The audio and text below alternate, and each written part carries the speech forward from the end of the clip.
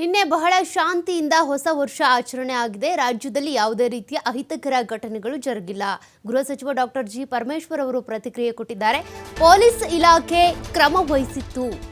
ಶಾಂತಿಯಿಂದ ಹೊಸ ವರ್ಷ ಆಚರಣೆ ಆಗಿದೆ. ಯಾವುದೇ ರೀತಿಯ ಅಹಿತಕರ ಘಟನೆಗಳು ನಡೆದಿಲ್ಲ.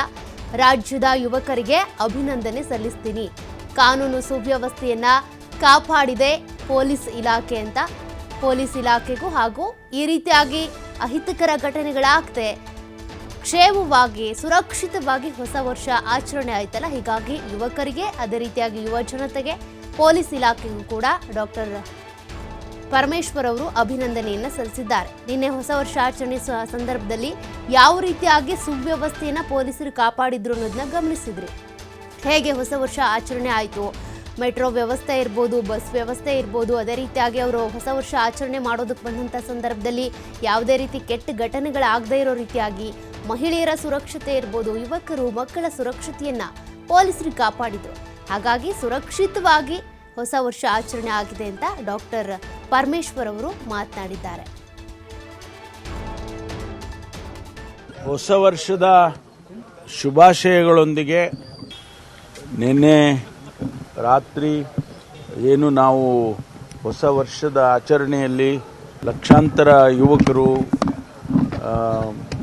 ಜನರು ಏನು ಭಾಗವಹಿಸಿದ್ರು, ಭಾಳ ಶಾಂತಿಯಿಂದ ಬೆಂಗಳೂರಿನಲ್ಲಿ ಮತ್ತು ಇಡೀ ರಾಜ್ಯದಲ್ಲಿ ಯಾವುದೇ ಅಹಿತಕರವಾದ ಘಟನೆ ಆಗದೆ ಮೊದಲನೇ ಬಾರಿಗೆ ಯಶಸ್ವಿಯಾಗಿ ಹೊಸ ವರ್ಷ ಆಚರಣೆಯನ್ನು ಮಾಡಿದ್ದಾರೆ. ನಾವು ಕೂಡ ಪೊಲೀಸ್ ಇಲಾಖೆ ವತಿಯಿಂದ ಎಲ್ಲ ರೀತಿಯ ಮುಂಜಾಗೃತಾ ಕ್ರಮವನ್ನು ತೆಗೆದುಕೊಂಡಿದ್ದು, ಎಲ್ಲ ರೀತಿಯಲ್ಲೂ ಕೂಡ ಪೊಲೀಸ್ನವ್ರ ಜೊತೆ ಸಹಕರಿಸಿದ್ದಾರೆ ಮತ್ತು ಭಾಳ ಶಾಂತಿಯಿಂದ ಹೊಸ ವರ್ಷನ ಆಚರಣೆ ಮಾಡಿಕೊಂಡಿದ್ದಾರೆ. ಅದಕ್ಕಾಗಿ ನಾನು ಎಲ್ಲ ಜನಸಮುದಾಯಕ್ಕೆ, ವಿಶೇಷವಾಗಿ ಯುವಕರಿಗೆ, ಬೆಂಗಳೂರಿನಲ್ಲಾಗಿರ್ಬೋದು, ಇಡೀ ರಾಜ್ಯದಲ್ಲಾಗಿರ್ಬೋದು, ನಾನು ಅವರಿಗೆ ಅಭಿನಂದನೆ ಮತ್ತು ಕೃತಜ್ಞತೆ ಎರಡನ್ನೂ ಕೂಡ ಸಲ್ಲಿಸೋದಕ್ಕೆ ಬಯಸ್ತೇನೆ. ಯಾಕೆಂದರೆ ಅವರೆಲ್ಲ ರೀತಿಯಲ್ಲಿ ಅವರೂ ಎಚ್ಚರಿಕೆ ತಗೊಂಡಿದ್ದಾರೆ ಮತ್ತು ಕಾನೂನು ಸುವ್ಯವಸ್ಥೆಯನ್ನು ಕಾಪಾಡೋದ್ರಲ್ಲಿ ಎಲ್ಲ ರೀತಿಯ ಸಹಕಾರವನ್ನು ಕೊಟ್ಟಿದ್ದಾರೆ. ಅದಕ್ಕಾಗಿ ನಾನು ಅವರಿಗೆ ಅಭಿನಂದನೆಯನ್ನು ಹೇಳೋದಕ್ಕೆ ಬಯಸ್ತೇನೆ. ಇಲ್ಲ, ನಾನು ಹೋಗೋಕ್ಕೆ ಹೊರಟಿದ್ದೆ. ಆಮೇಲೆ ನಮ್ಮವರು ನೀವು ಬಂದರೆ ಭಾಳ ಇನ್ನೂ ಒಂದು ಸ್ವಲ್ಪ ಗೊಂದಲ ಆಗುತ್ತೆ, ಬೇಡ ಅಂತಂದರು.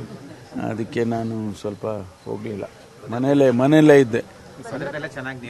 ಎಲ್ಲ ಚೆನ್ನಾಗಿದೆ, ಎಲ್ಲ ಸಕ್ಸಸ್ಫುಲ್, ಏನು ಒಂದು ಇನ್ಸಿಡೆಂಟ್ ಕೂಡ ಆಗಿಲ್ಲ.